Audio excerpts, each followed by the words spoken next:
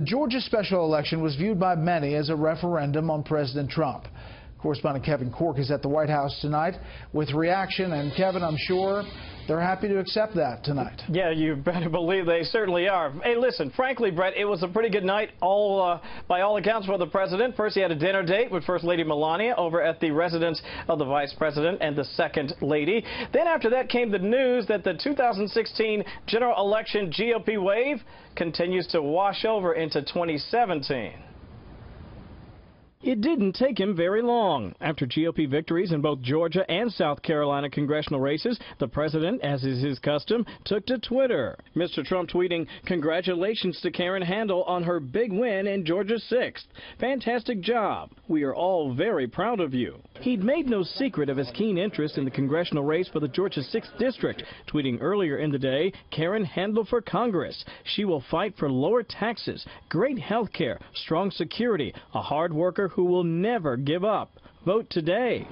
While some political experts had suggested the contest was a referendum on the Trump presidency, others cautioned against reading too much into its outcome. We will read an enormous amount into the result.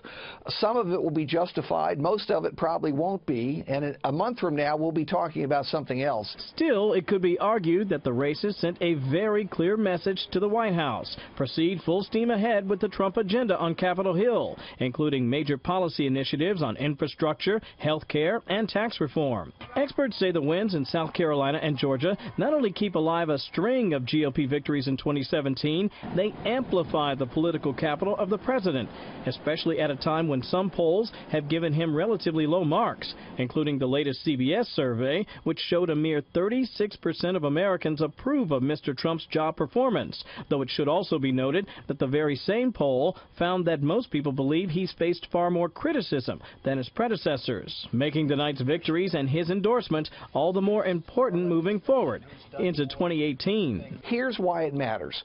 It's going to energize one side and de-energize the other, particularly in their recruitment of candidates. This is prime recruitment season. And Brett, while there is no empirical evidence that the president's Twitter endorsements tip the scales in one direction or the other, one thing is certainly clear. His voters and those of the GOP spoke with a very loud and clear voice, just as they have in every special election in 2017. Brett? Kevin, thank you.